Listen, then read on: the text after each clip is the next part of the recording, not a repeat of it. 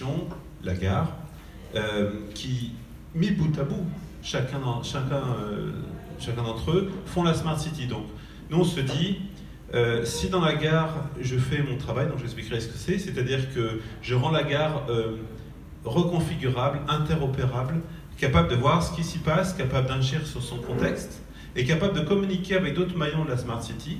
Si la gare fait ça, si le stade fait ça, si le métro fait ça, on va pouvoir gérer une Smart City end-to-end avec des processus coopératifs pour gérer les flux, pour gérer les intermodalités, pour gérer des événements festifs ou sportifs.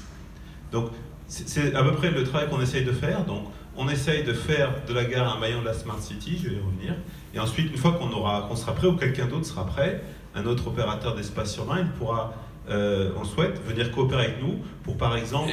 Et à condition d'utiliser les mêmes normes que vous. Alors, les mêmes paradigmes, les mêmes concepts. De se plugger à votre plateforme. Alors, on n'a pas de normes, enfin pour l'instant, il n'y a pas de normalisation dans ce monde-là. Simplement, on voudrait poser un paradigme. C'est le paradigme de l'opérateur d'espace urbain intelligent, c'est-à-dire la Smart Gare, le Smart Stade, avec ses interfaces, capable de télécommander son contexte, capable de lire son contexte et d'agir avec les autres. On a l'impression quand même que tous les grands acteurs disent bah voilà, nous on veut bien échanger des données à condition que vous adoptiez le même format que le mien. Non, je ne dis pas du tout ça. Moi je dis chaque opérateur d'espace urbain a son travail à faire. Par exemple dans les gares, si j'ai beaucoup de gens qui veulent monter dans le train, il faut que je mette tous les escalators dans le même sens. Si j'ai beaucoup de gens qui veulent descendre du train, il faut que je les mette dans le même sens.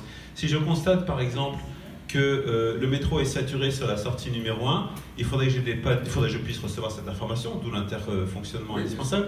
Et ensuite, moi, je pourrais mettre des panneaux d'affichage pour informer, soit sur des applications, soit sur des panneaux messages variables, soit sur des planchers lumineux, des informations directionnelles. Donc, chacun doit faire son travail chez lui, et ensuite ouvrir aux autres, ouvrir à cette chaîne qui est la Smart City, ces interfaces pour créer des systèmes de coopération qui vont gérer les citoyens, gérer les flux. Erwan Kheri, vous